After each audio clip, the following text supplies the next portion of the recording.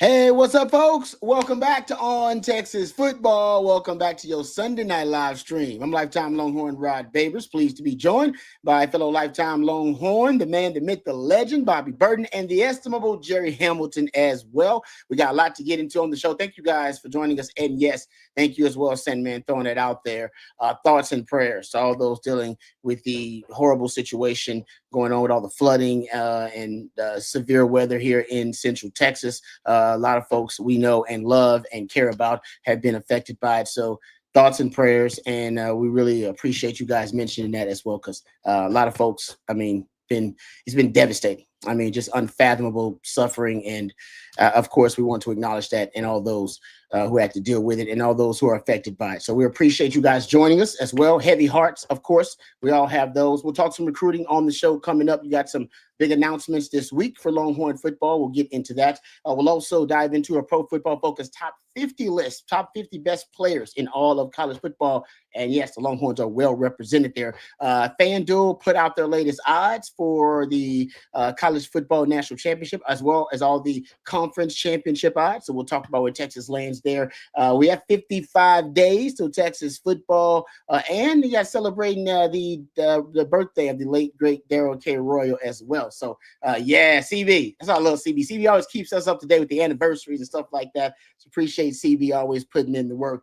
All right, well, we can get right to it, guys. I'm actually paying attention to the CONCACAF on as well for those out there, I'm sure, who are, it might be a little bit distracted. Yes, the CONCACAF is on right now. USA tied with Mexico, 1-1 right now. So, of course, I'm watching that as well. And I think you guys out there are probably watching it too. All right, so got that out the way. We set the table. Gentlemen, where do you want to start here today? We can start with recruiting. I know that's top of mind. Big announcements coming up this week. Which ones should Longhorn fans be optimistic about? Yeah, so it starts July 8th, unless somebody schedules something for tomorrow, which has not been scheduled yet. It'll start Tuesday, July 8th with Jalen Lott, who's considered an Oregon lean over Texas, but there's still discussions that have been going on this weekend. Jalen was out in Las Vegas at a recruiting event, a big event out there with where Bryce Perry Wright and some other guys made decisions. But that one's going to be Oregon or Texas, and I've said for a while, on TexasFootball.com or here that Oregon's been out front, and we'll see what happens with that one. Then on the 10th will be Jamarian Carlton, which we'll see. Is that going to be Texas? Is that going to be Baylor? Is that going to be Tech? The other one on the 10th, Lamar Brown. That will not be Texas. That will be A&M or LSU. That recruitment will go till December, in my estimation. I'm not saying Texas will stay in that one. They'll definitely stay in some other defensive linemen. Then on the 11th, Samari Matthews out of Cornelius Huff. I think more Texas chatter than South Carolina the last half of the week there. And I'll be surprised if that doesn't continue. Then on the 12th, it's the tight ends, Caden Prothro, the jumbo tight end, Hezzy Kent. Hezzy Kent, I believe, really likes Texas the most, but I think there's two others with bigger NIL offers out there. Caden Prothro, I mean, that's been Georgia's to lose with Florida and then Texas, I think, are the top three there. We'll see which direction that goes. Then you have two guys from state of Georgia, also linebackers. Braden Rouse could announce a decision this week. I don't think he's come to a decision yet out of Tennessee and Texas. I think Tennessee's had the longer standing relationships.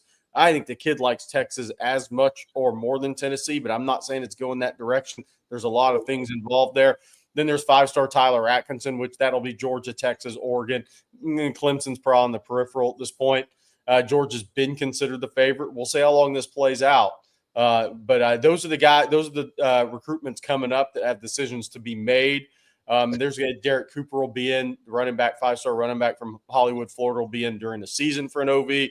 Texas will stay on a few of the guys that have gone elsewhere: Xavier Crowell, Malachi Lee, Trenton Henderson. There'll be a few guys, Justice Fitzpatrick, see what happens out there with him in Georgia. There'll be a few guys Texas stays in on, Kendall Gerville, James Johnson, maybe check in on him, and then Jamion Winfield committed to USC. There's going to be some guys Texas stays in on as well. All right. Let me ask you guys this. Have you been so far in this class? I might just ask you this overall. You guys have been covering recruiting for so long. Have you been surprised so far by any of the commitments for Texas, or been surprised otherwise that the guy didn't go to Texas? Oh yeah, I mean, I think So, this last 2 weeks, Rod, and I think Jerry and I have talked about this both online and offline. The new situation with NIL has absolutely played a role in this situation. I'll just be blunt, if this were a year ago, right now, and NIL was, Texas had whatever it had, could do what I think Texas would be at 25 or so commitments right now. Whoa. Instead of 17. I mean, Jerry, you disagree with me? 24. Well, we talked about, and that's not I want to say this. That's not sour grapes either. I mean, this is just the new world order. It's a new paradigm, and I think that's the direction it's going. Yeah, look, I would say this, and I said this when the House settlement came down. Those who play by the House settlement are going to get beat a little bit, because if people think the schools that have before the House settled, before all this NIL, were getting things done in recruiting, aren't just going to go back the way things got done in recruiting, they were kidding themselves. Kidding them. Zero chance. Football, basketball, you name it. Okay. It's not happening. These schools weren't going to be like, oh, thanks for the 17.3. Sorry, guys, we're done now. It's not the way it works. That's not the way championships are built in recruiting. No chance. But look, I know I wanted to – Jake Miranda has a couple things. I just wanted – do you think it's time to drop the Lambos? We missed our biggest start. Texas signed the #1 class in the country last year. I'm just going to put that out there. And Texas will sign a top 5 level class once again. But like last year, it's a winding road. It's not always easy. Texas didn't really build that class until the senior season flips. The win right before the season with Jonah Williams. Justice Terry, 5-star flips of Dalen McCutcheon, Myron Charles, Josiah Sharma. I mean, that wasn't the #1 ranked class on July 4th. It's built over time. I'll be surprised if Texas doesn't sign another top 5 level class. Now that comes down to how many guys you sign, where guys ranked here versus there. You could be 3, 4, 5, 6, or 7. You've signed a top 5 level class. So I think Texas will be there again when it's all said and done. Yeah, how soon we forget. I remember the narrative when Justice Terry flipped out of nowhere was that it was the NIL offer you just couldn't refuse. You just couldn't. I'm not saying that was true now, but that was the narrative that was put out there. It was like Texas just they put their NIL, they put their NIL muscle out there. They flexed their NIL muscle, and that's what happened. And now people are questioning whether Texas is willing to go all in, if you will, which I think is also a ridiculous narrative in the sense that I think Texas has a system they're sticking to.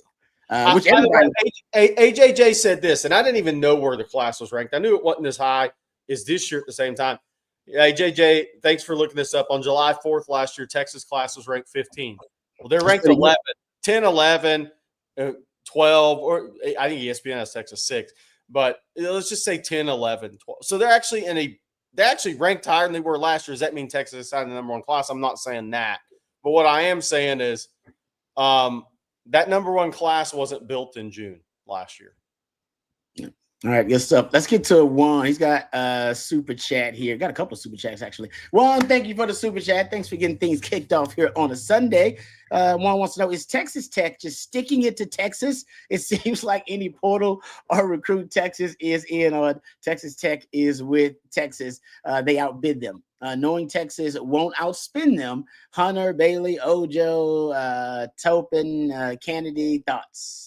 I definitely think there's a little bit of that. Hey, we want to play in that sandbox to Cody Campbell and to their GM, by the way, at Texas Tech. I think there's a little bit of that to it. But frankly, I would say this, like Ojo, his money has to come out of the team budget or the team cap. And they're even quoted as saying that this week. Oh, it's $775 out of the team cap. Okay. So what percentage, if the rough amount for the football team at Texas Tech is $15 million. $775 of that has to come out of the cap for a offensive lineman that's not going to play for 2 years. Okay. That's where it gets, that's where you can debate whether or not Felix Ojo was whether the juice was worth the squeeze. The other ones, Hunter, Bailey, Hannity, they were all done before the House settlement came into play, where frankly it goes to the highest bidder. Somebody wants to pay $2.5 million for David Bailey, the defensive end, then go do it. Okay. If somebody wants to pay a softball pitcher $1 million, then go do it. It's not just about Texas. It's about, OU was the preferred, I think, favorite for Najee candidate, the softball pitcher before instead of Texas. So my point being here is I think there's a little bit of that going on previously. Right now, they wanted to spend that amount of money on an offensive tackle. More power to them. That's not going to see the field for 2 years. Look, what percent is that? Like 8, 9%? I got to have to do the numbers. It's a lot of money for a freshman offensive tackle. I think also, and I'm not saying it's wise because it ain't, by the way. But I think a lot of what Texas Tech is spending also is so they get the free media and now the conversation. They have shifted the conversation, the discourse now, right? That's something that also favors Texas Tech because a lot of the NIL, we don't know the real numbers to the NIL deals and to these deals. Nobody really knows the numbers behind the scenes unless the agents reveal it or something like that. So perception, a lot of time, is reality. And what's the perception about Tech right now? Yeah, they're definitely going in that direction. Yeah, so they basically want to get on everybody's top 5 list just so you'll get the offer. It's like, can I just get, because I need that off. Now that offer is going to help me, increase my value.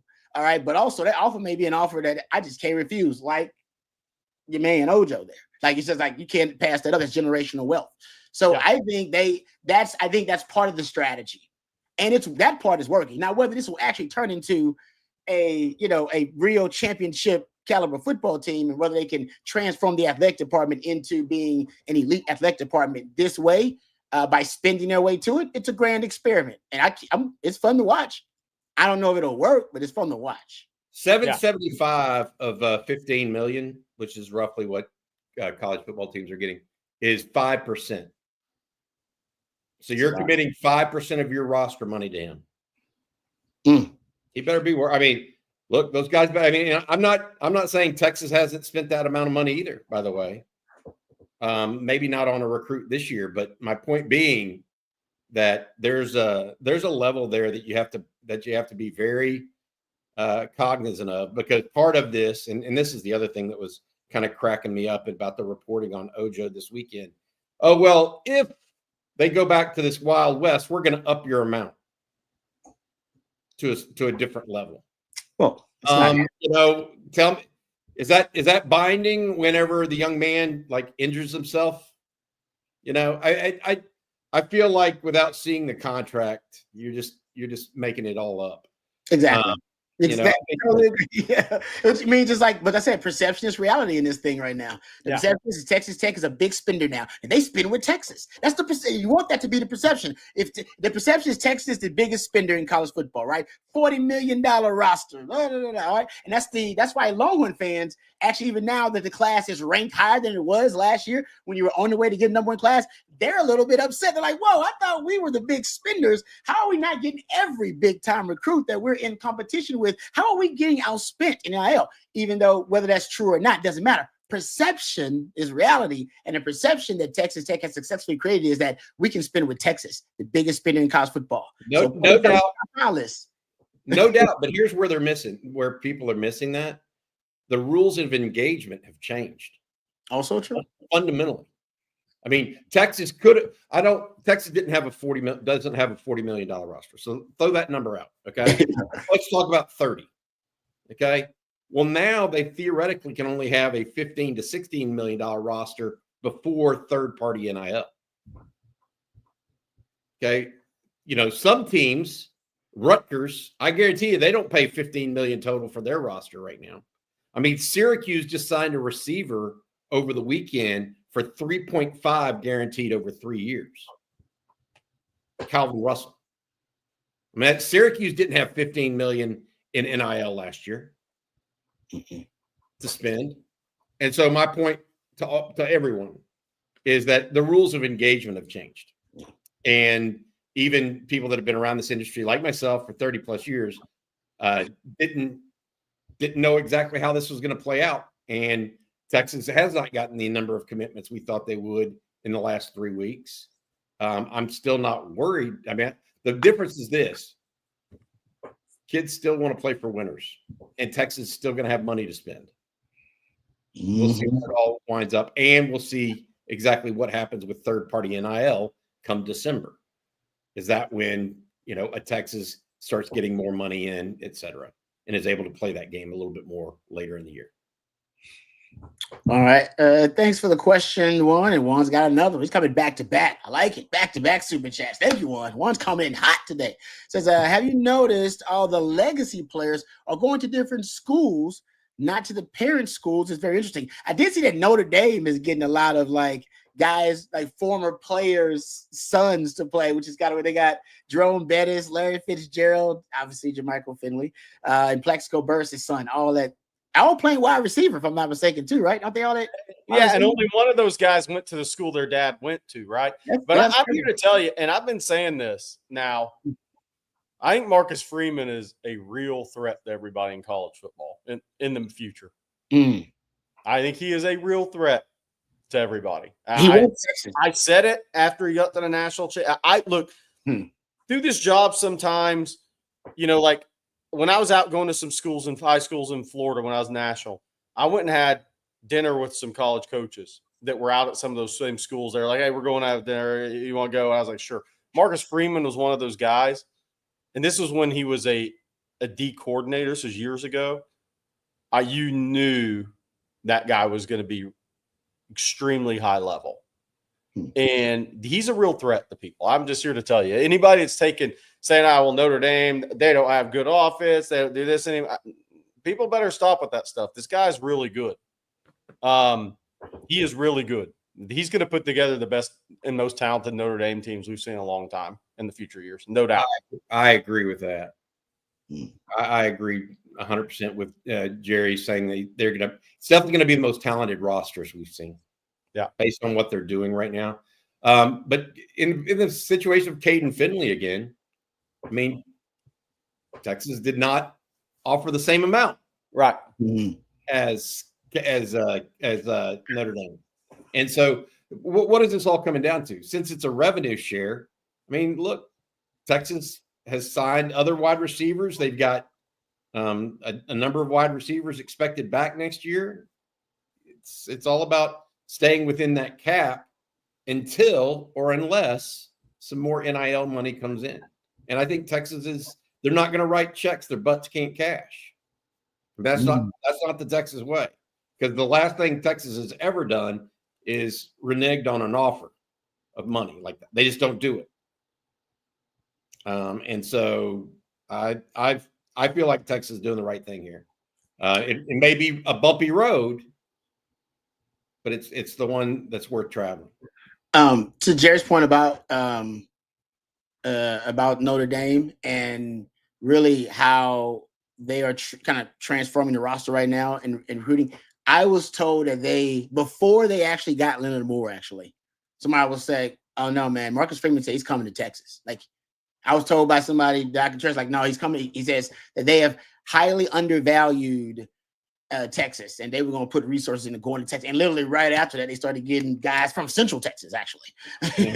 And so I don't know. That's to your point, though. They are coming close to home. They are literally for Texas. They're getting guys out of the backyard of Texas and then former legacy players. To that point about Juan's question, though, what do you guys think about? I mean, you guys know recruiting and hard to get in the mindset of a young teenager these days, especially with everything going on with NIL and transfer portal and everything. But what are your thoughts about legacy guys and how it's not necessarily the slam dunk it used to be when you had a father or a mother that played at a university, and then they had a kid that was also one of the top prospects in the country playing the same sport, even playing a different sport. Used to be that had a lot more, I don't know, cachet, had a lot more. Yeah. Right. This is not going to be popular. I don't think it should be anymore. Like, let's just say there's a $400,000 a year difference for a player out there. That is in a offer from the school his parent went to and a competing school. It's not like he can't go to the NFL at either one of those choices. The guy's a tremendous player, and both schools are spitting out NFL draft picks. And players that are that talented just have to go maximize their talent. If you start talking about a $400,000 a year difference, just add it up. I mean, that's a huge difference and life-changing difference. You should not just automatically, I'm sorry, I know it's not going to be popular, but you should not just, my fam went there, so I'll take 400, 500, 600,000 less to go there. No, that's not what you should do. That's not what you should do. I mean, and so I get it. Look, there's going to be players that, that maybe it's the need of a program when the former player's son comes out of a certain position and he's going to get the best deal at that school and he'll go to that school where his parents live. But it shouldn't be a given. There's too big of gaps right now for there to be givens, Bobby. I mean, if the gaps are indeed that large. Yeah. Right. I mean, it's a big deal. Oh, okay. But if it's 10, is it? I think that you're right. I mean, if somebody's looking at a $400,000 difference, that's that's a lot of money. If it's $10,000 difference, well, what's the education worth too? And let's start factoring in some of those other aspects of it.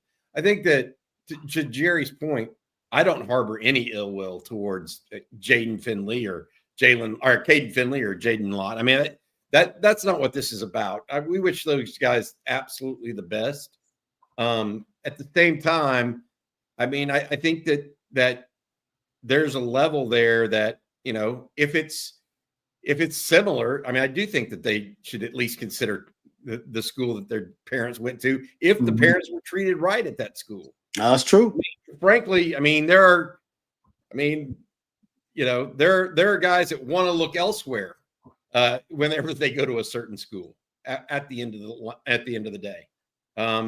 And so I feel like as long as they've been treated well, they should want to go where their parents are at. But I'm not talking about these catastrophic wide chasms of differences in finances like $400,000.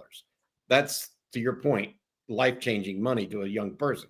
If it's a $10,000 to $15,000 to $20,000 difference, well, I mean, what your parents going to spend, that much money going to Oregon every week, in a month's time, or what's a degree at the University of Texas worth versus that of Oregon if you're going to live in Texas the rest of your life.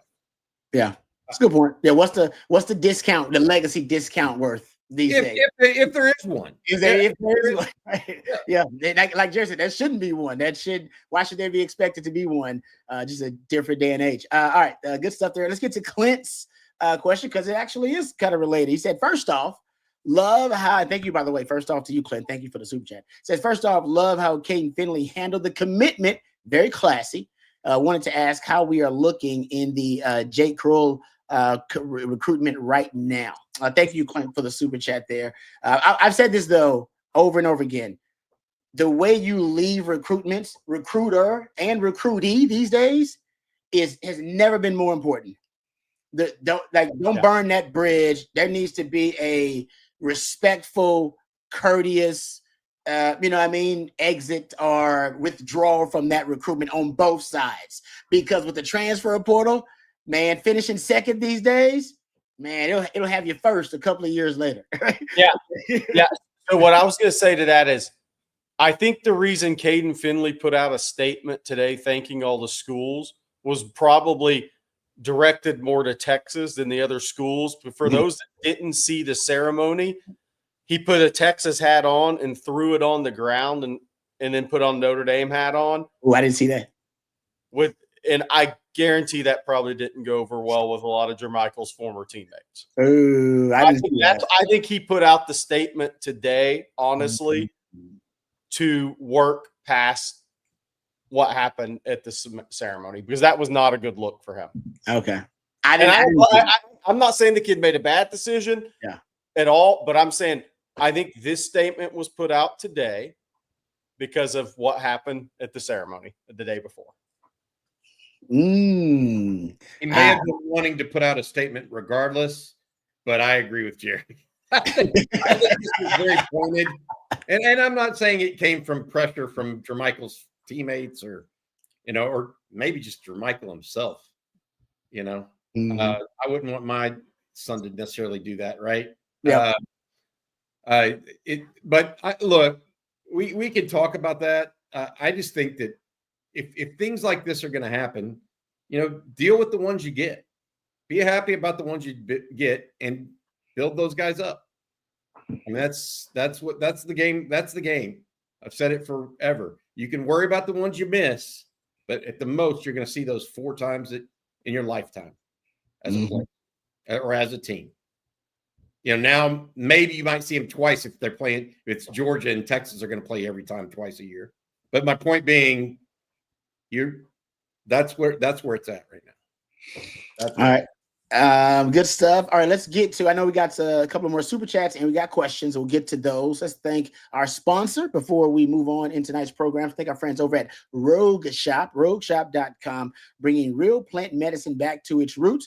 Remember, you can use that discount code. You see it right there on your screen. Use it on Texas, and you'll get a very special discount from our friends over at Rogue Shop, bringing real plant medicine back to its roots. They have it all, from oils and creams to flour, gummies, and vitamins.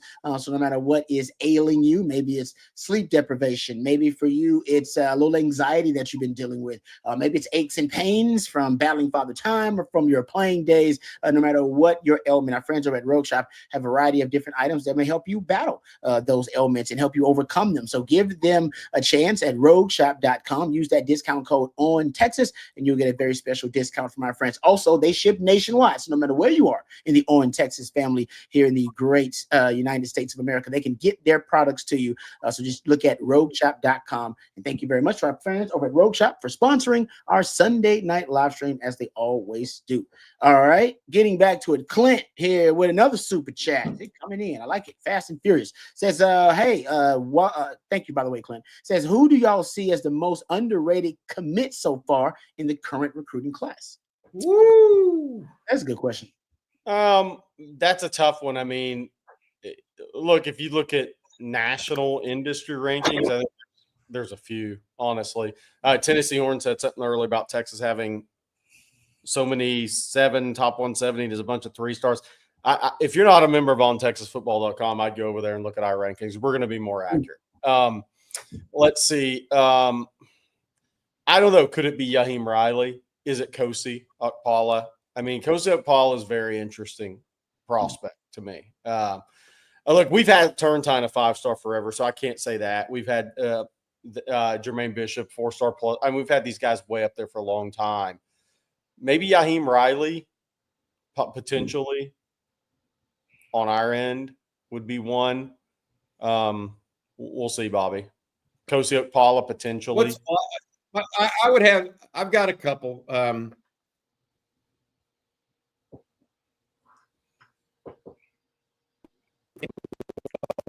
Bobby's kind of lagged. Go ahead. Oh, it just came through. I'm sorry. Could y'all hear me? Yeah, we got you now. We're good now, Bobby. Kosi Okpala, Nick Robertson, Cohen Brown are guys for me. I think those are all legitimate. The one that Yaheem Riley you mentioned, Jerry, one that's truly a sleeper in this, I think, is the punter. Just going to put that out there. I know you don't think much about punters, but Mikey Bukauskas may be the best punter in the country. Like he's got a special. Now, are you going to put him as a? I mean, when in this day and age, you don't necessarily put that guy as a sleeper. But I'm telling you, I don't know what he's not your average punter. I'm going to say that. So could he win MVP of a bowl game?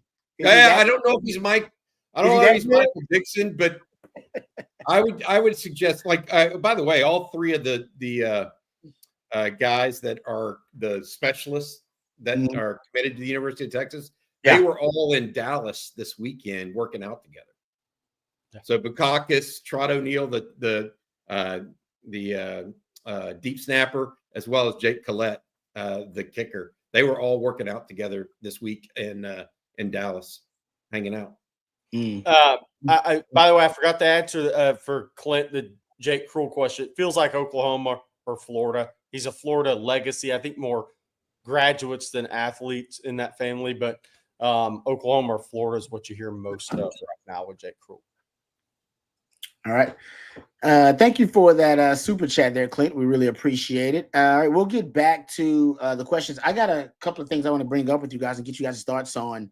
Pro Football Focus did their top 50 ranked players in all of college football. I think they did like for over 5 days, and they would do 10 per day. But now they're completely done with their top 50 best players in all of college football. The Longhorns are well represented. So I want to go over the Longhorns that are ranked on this list, then kind of go over some of the opponents the Longhorns are going to play that are on this list as well. For those who just want to keep up with, Texas tied with the most players on the list with 5. Bama, I believe, also has 5. I think Clemson has 4. Penn State also has 4 on this list. Ohio State only has 2 on the list, but they are the top 2. Jeremiah Smith, the wide receiver, is at number 1 on this list. And they have Caleb Downs, number 2. So Longhorns will see number 1 and number 2 on the Pro Football Focus top 50 list. But starting with it, there you go. Thank you very much, Matthew. Starting with the top-ranked Longhorn on the list, you got to go to number 8 to start there. Colin Simmons, top-ranked Longhorn on this list, gentlemen. 8th best player in all of college football. Too high, too low. What say you, gentlemen? Too low by season's end. Too low by season's end. I actually like that they have him number 1 on the Texas team headed into the season. Well, look, he's the only guy that's ever won the National Freshman of the Year at Texas. And what he did as a part-time player in year 1, I mean, pretty impressive. And I think the guy's built differently. I could see him being the best defensive player in college football this year if he has a healthy season, because I know he's going to ascend. I love where he's starting at, and I think he could very well end up in the top 5, 6. Wow.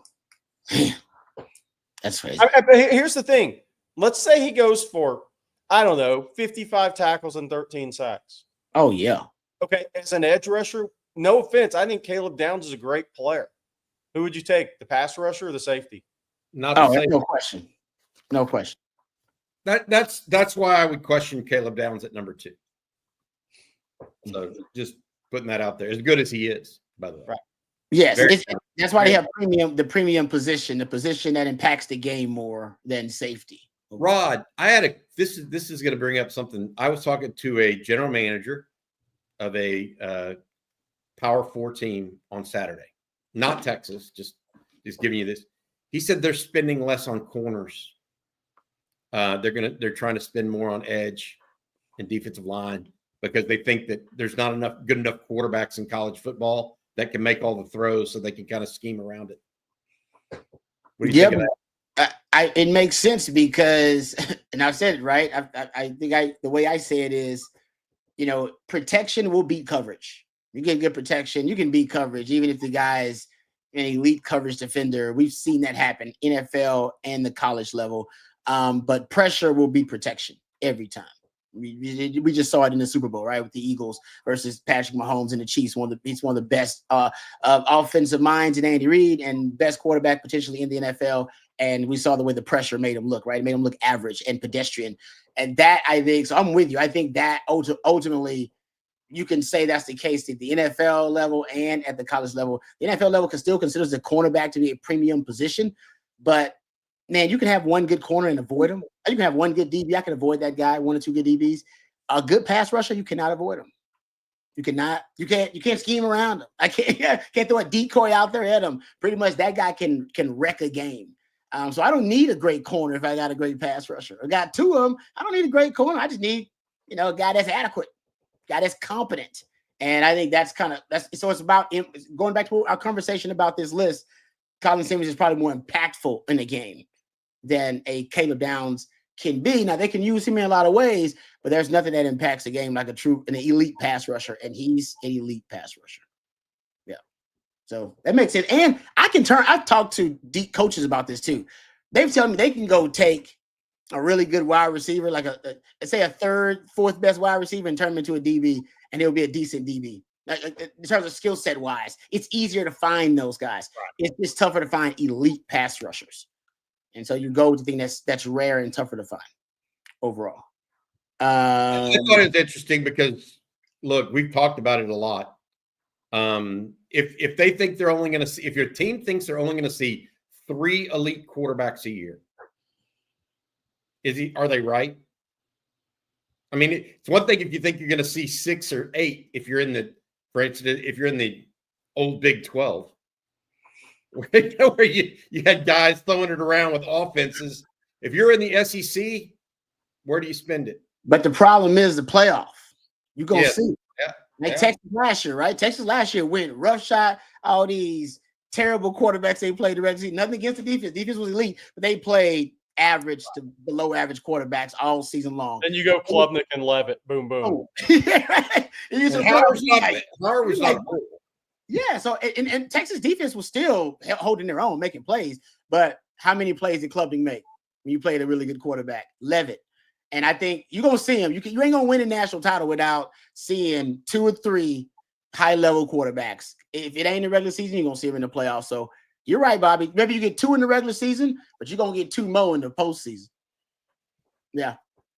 So I'm with you. I agree with that 100%. All right. Just real quick. I won't go through the entire list, but I'll give you where the Longhorns are real quick. Colin Simmons at 8. Anthony Hill's at 14. Michael Taft's at 26. Malik Muhammad's at 46. And Arch Manning is at 50. So I'll just give you the Longhorns. I know we got some questions in super chats, but that's where your Longhorns are ranked. They're tied for the most with Alabama. Now, people sleeping on Alabama these days. Alabama got a lot of players on this list, and nobody's picking them to win it all. Look, Alabama's going to be tremendous on the offensive line. Obviously, we'll see. I'm not a big Ty Simpson believer at this point, but whoever their quarterback is going to be a better scheme fit for Kalen DeBoer as a play caller. Oh, yeah, then Milroe. Yeah. Then Milroe. That was just square. That was a tough deal. I don't think Kalen DeBoer had much of his true scheme at his disposal. Mm-hmm. He'll have more of this passing game at his disposal. Does that mean it's going to go better? I don't know. But Alabama's really solid on the offensive front. I think they're going to be good at, Ryan Williams is a great player at wide receiver. Jeremy Bernard, they have experience at running back around a younger or inexperienced quarterback, not younger, inexperienced. They're going to be solid in their front 7, multiple NFL draft picks. Look, they're still really talented. They're really talented, but they actually have a ton of pressure on them. Kalen DeBoer, I still think is a great football coach. I don't think he's changed. He let his drop when he took this job, though. Like he was saying, I don't care. Well, if you don't make the playoffs 2 straight years, they're going to hate you, whether it's deserved or not. Nick Saban ain't missing the playoffs 2 years in a row. And he took Jalen Milroe coach team to the national championship game. He did. Yeah, that's a great point. I'm going to tell you now. To Jerry's point, letting them drop is one thing. You followed the GOAT. That's not just letting them drop. That's like saying, bring it on, because I think that Alabama's defense is the issue. I don't know that they've recruited well, by the way. So I'm not trying to, mince words. I just feel like they had so many back in the day with Nick Saban. They literally just ran first-round pick after first-round pick at defensive line and at linebacker. To no end, Jerry and Rod, they don't have those guys now. And that started years ago when Kirby Smart got the Georgia job. But they still had the Jahad Campbell. But they still had Dallas Turner, Will Anderson, Jahad Campbell. They still had some of those guys. I don't know if to your point, Jerry, the tail end when Georgia won the 2 national championships. Yeah, That's their junior and senior class now Yeah. at Alabama, and they were going head to head for those guys, and they lost a lot of them. Yeah. Yeah. No, maybe just nobody does that again, because I feel like Georgia's running out of those guys right now. I don't feel like Georgia's gonna like replenish those guys this year. Maybe I'm off. They got a few. There was a question about the top 2 defenses in the SEC, and it got into it. Somebody asked that question, and people started chiming in. Somebody asked, "Is it going to be Texas and Oklahoma?" And then there was still some Georgia talk in that. I'm really interested on Georgia defensively this year. And look, they got a great staff, but they lost great players, and they lost 9 guys that were drafted or on NFL rosters off their defense, starting defense. I mean, and great player in Jalen Walker, a guy that could play middle linebacker and then play edge. You just don't replace those guys. I don't care how much talent. They're replacing an Anthony Hill. they replaced. I mean, Tyrone Ingram Dawkins went pro a year early, so they lost him. So, like, they're down they don't have the depth on the defensive line. They got some good young players, but depth this season, it's going to take them a while, and their schedule's harder than it's been. And I'm really interested to see what they look like. There's more pressure on Georgia's offense than there's been in the last few years this season, because the defense, at least the first half of the season, I don't think it's going to be what it has been there. They've lost too much, man. As good a talent as they have. I mean, Christian Miller's got to be a first-round level player for them. I mean, they lost Stackhouse and Brinson on the interior. They lost Williams. They lost Ingram Dawkins. They lost Jalen Walker, one of the most versatile guys. They lost Smile Mondon, their best cover linebacker. They lost Malachi Starks. I mean, they lost dudes on defense and the whole defensive front that played the majority of the snaps. So I'm interested to see what they look like the first half of the year. More pressure on their offense in that schedule. Yep. No, I agree with you on that one. All right, let's get to super chats. Got some super chats here. Thanks, guys. Justin, let's get to this question here. Thank you, Justin, for the super chats. Says the new NIL rules make it seem more like the Wild West than previously, but will we see an increase in commitment flips across the board? For instance, I don't see USC signing 32 recruits, says Justin. Thank you, Justin. Well, USC got the preponderance of those commitments before the House settlement. So the majority of those may not. So I don't know. It doesn't seem more like the Wild West to me, Justin, and I'll tell you why. Because the Wild West, I don't think that's me, is it? No, it's sorry. The Wild West was back in the day when there's no money whatsoever that was supposed to exchange hands, and it would all the time. I mean, Jerry talks about it's house, car, job. Yeah. You know, if your mom gets a job, your dad gets a car, that kind of stuff went on way too often in college football. Way, way too often. More than people even fathom. I mean, no offense to some folks. Frankly, I think that was more of Wild West. At least now they're dealing with real figures that can sway decisions. Like everybody knows everybody has a little bit of money, right? So I think that's a little bit different. We'll see if USC does stick with those 32. They're still trying to sign more. They're trying to flip their whole roster, and we'll see what they do. They are convinced USC is convinced, by the way, that they're going to get more NIL money. Like they're not the 15 to 17.5 million or whatever it is for their team. They're not playing with those numbers. Right now. I don't think a few people are. Yeah, no, well, but USC seems to be the most overt about that. Some people are just picking and choosing. I think USC is doing it across the board. All right. Thank you for the question, Justin, and the super chat. Triple D says, my 11-year-old daughter, thank you, Triple D, for the question, says, and the super chat says, my 11-year-old daughter, Isabella, asked if the 25 or 26 team would be better. I said 26. Thoughts? Thank you, Triple D. Give Isabella our best. Guys, your thoughts. What team is going to be better, 25 or 26? If you guaranteed me with 100% certitude that Arch Manning's back next year, I would. Well, he'll be back, so keep going. He's back. I agree. He's coming back. I'm at 20. I'm at 26. Then You know, as long as you retain the star players and the young players on this roster, I think it's a young team this year. I mean, I'm not saying that I don't know what's going to happen, but I truthfully believe that they are. If you forward this roster 1 year ahead, it's a better looking roster definitely from a draft pick perspective, by the way. Mm-hmm. I mean, Texas is not going to have 10 draft picks this year. 26 they could. That forward 1 year. Yeah. Easily. That's my opinion. Yeah.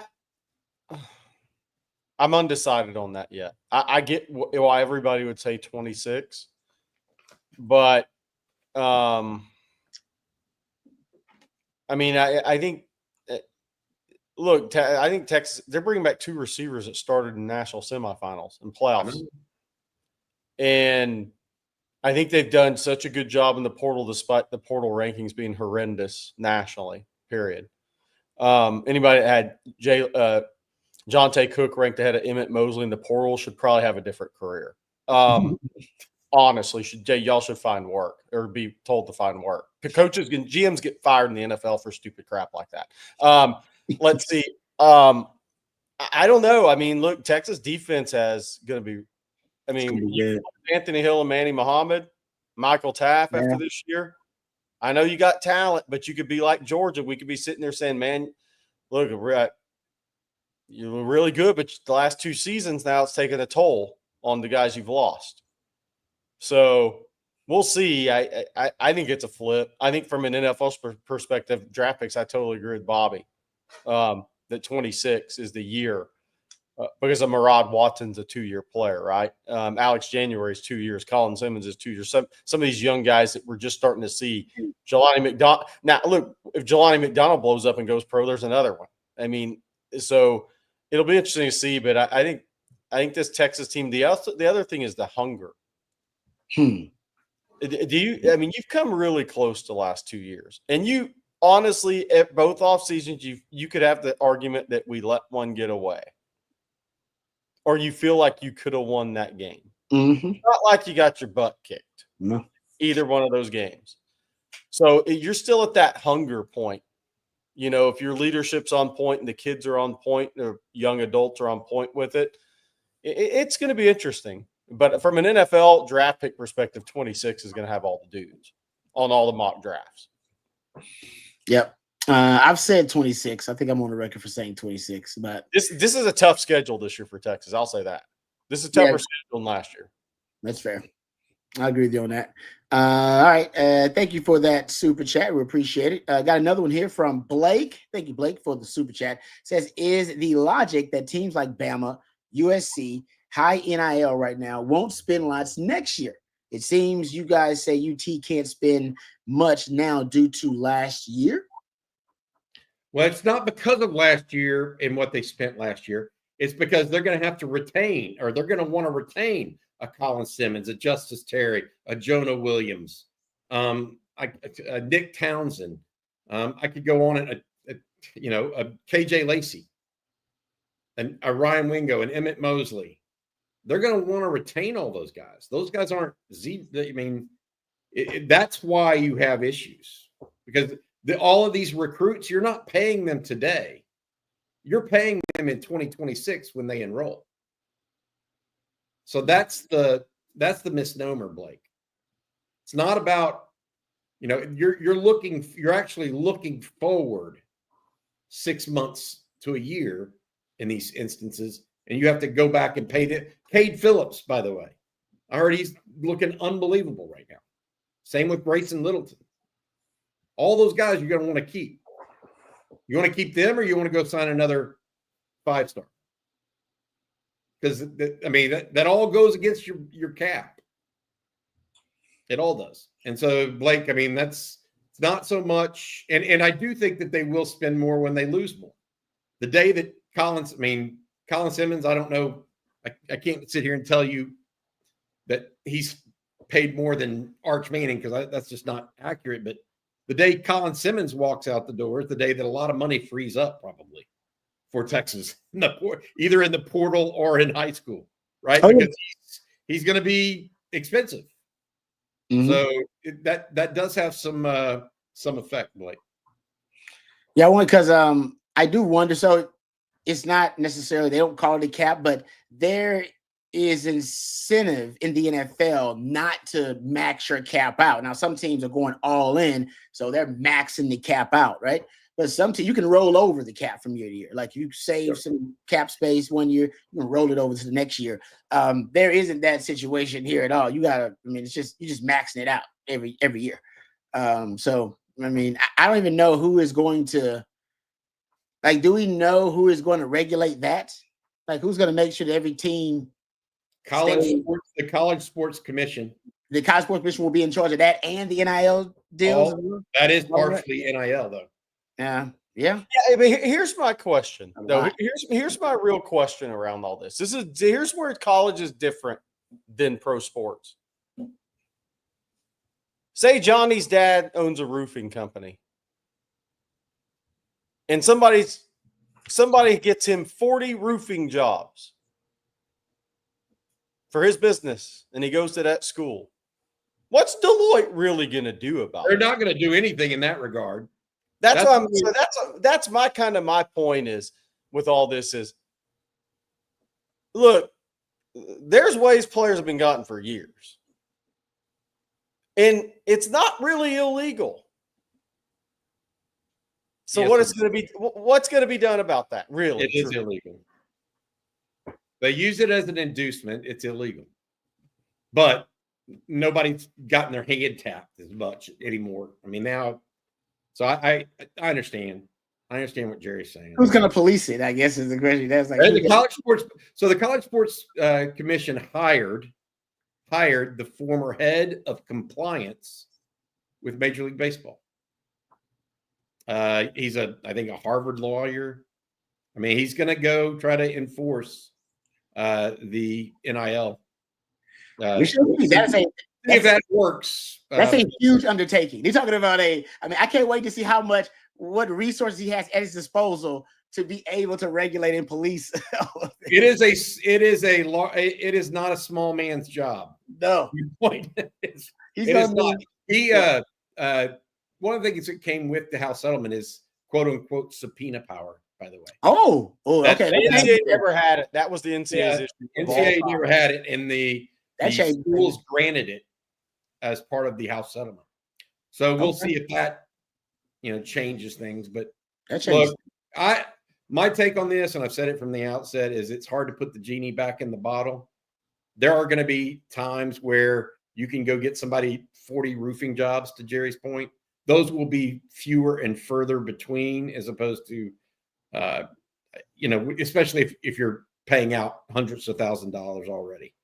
It's just going to mean less to get them an extra thing. I mean, it used to be you could get somebody a job for a mom or a dad a job for $75,000 a year, and it would be really meaningful. Well, if you're getting offered $750 to play there, it's not $75 a month.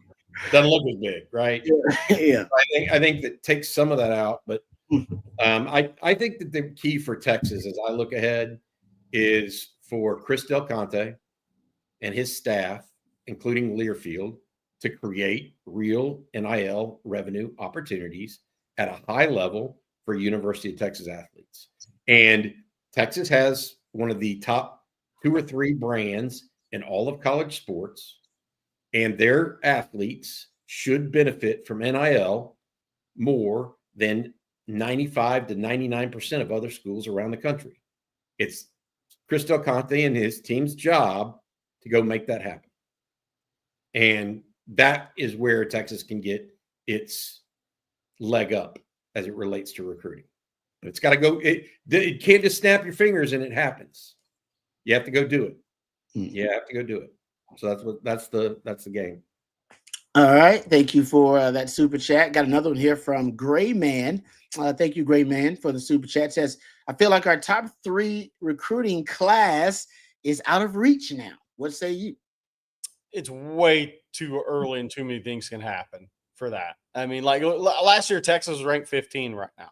And I'm not saying Texas is going to sign the number 1 class, but there's just too many variables right now. I mean, look, if Texas signs a class of 27 players, chances are they're going to finish right around there, whether you're 3, 4, or 5. I mean, that comes down to a decimal point, right? Or one player versus another player, and how many guys count this in recruiting rankings for one service versus the other. I mean, look, there's coaches that are going to leave, get fired. There's what if Deloitte kicks out some deals? You just don't. There's too many variables right now to really know. But as to say, oh no, definitely can't happen. I'm not there. I'm not there. Way too much. I mean, look, one of these coaches that's putting together one of these classes, they could have a great year and said, heck with all this crap, I'm out of here. I'm going pro. Then what happens? I mean, so it's just like somebody could get fired that's coaching a team where you lost a couple of guys to, and suddenly those guys are right back in play for. There's just too many variables right now for me to go to an absolute. Hey, Jerry, I want to put this up here because you mentioned it earlier. You said, hey, look, anybody that puts Emmett Mosley behind Jonte Cook on a recruiting list, not a recruiting list, but a portal ranking list. Tennessee Longhorn says Jonte is more talented. Don't do that. He just got in his own way. Maybe, but I want to say this: getting in your own way is part of the portal rankings. Is it not? I mean, if by now, that's part of the ranking. If you've been successful, you have shown more and shown a higher proclivity to succeed. And so I would also say this: Jonte was not as talented as his ranking. No. Now look, problem. I said this during the time. I mean, look, and I want all these kids. I'm the same way on Ojo. He is no way he's a top 10 prospect in America. He was a second team all district player as a junior. It doesn't compute. The math doesn't work out. And then you see what happens, and you know why. But I want all these kids to go maximize their talent. So when I say things like that, people say, oh, Jerry's being a hater. And it's not about that. But what I am going to be real about is I saw Jonte about 8 or 9 times. He never had consistent hands. Emmett Mosley ran 10.69 as a senior on the track. Jonte never put up those numbers on the track. But Jonte had inconsistent hands. He always had inconsistent hands. It showed up in every event I was ever at. And if you don't have one elite trait, how are you ranked that high? You can't be. It doesn't make sense. Yeah, some national guys got Jonte. The problem with the rankings is those guys box themselves in. You rank somebody really high early, and then you're boxed in. Unless something catastrophic happens, you're boxed in. So that's the problem with rankings right now. Is because they're done so early. Somebody could be really good at a younger age and level out, and these other guys zip by him. But that doesn't always mean those guys zip by him in rankings. Sometimes you get boxed in and you don't make the moves. To that point, actually, this is a good question. I know we're close to the end of our live stream, so we'll take a few more. But based on that last conversation, here's Phil's question. It actually wasn't about this conversation, but I think it applies. It says, is there any merit to seeing what a kid does as a senior before pushing hard? Heck yes. God, yes. I mean, look, I'm a big believer in it, and I think it's what stung Mac Brown. I've said that for a decade now and plus. Offering a bunch of juniors and having them not even go through spring ball of their junior year and having to make decisions, 100% decisions, and then not recruiting kids deep into their senior years.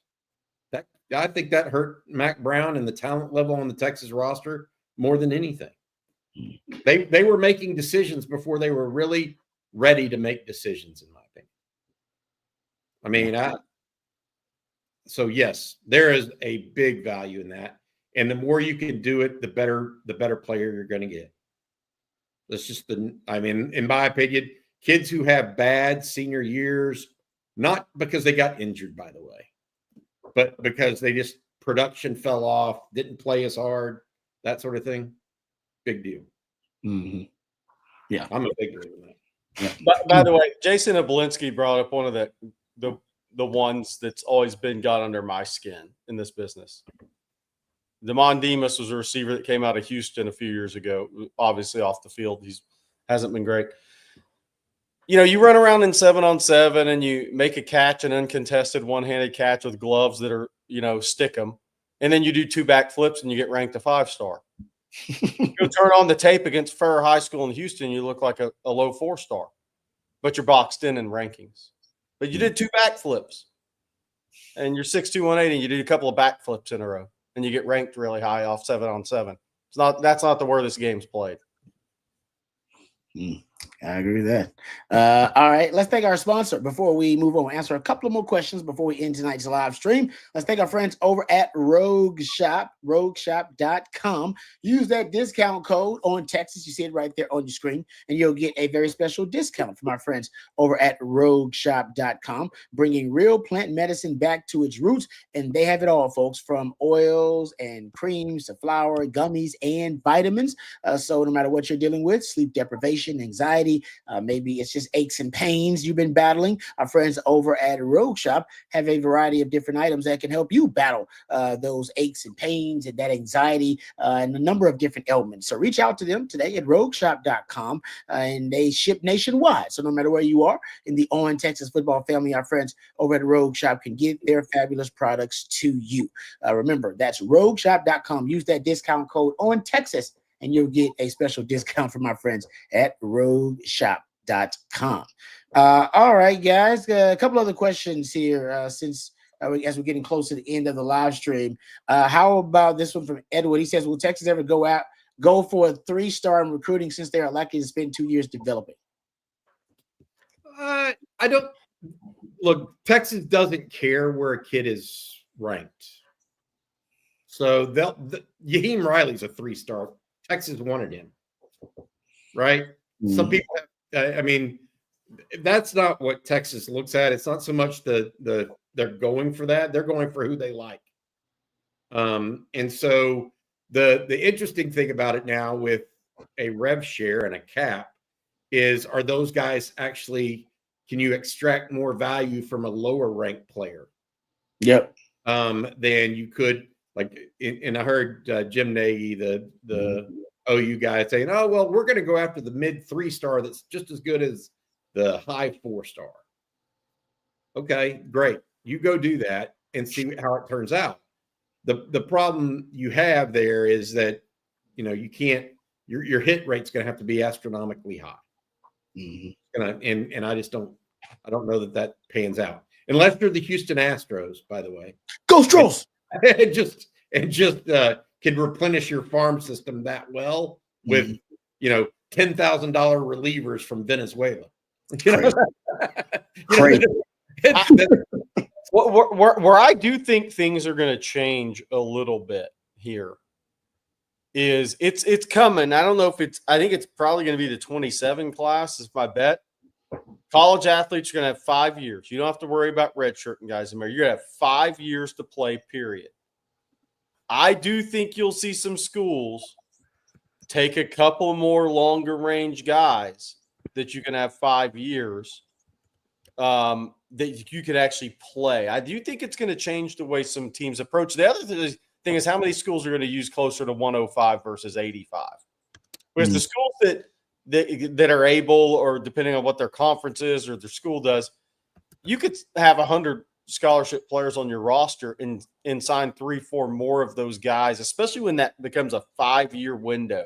And I think that 5-year window is needed in all sports. I mean, that definitely changes basketball too.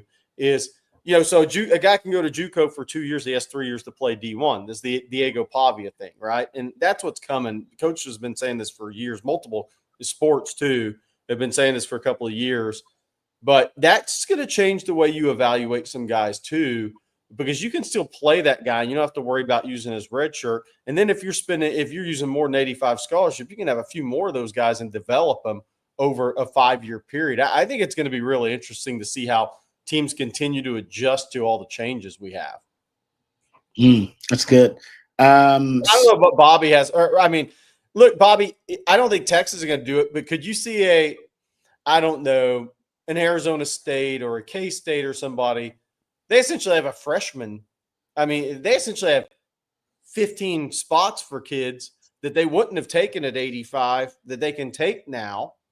And they almost have another recruiting class in a sense, and they're going to get a chance to hit on 3 or 4 or 5 of those guys and make their team better.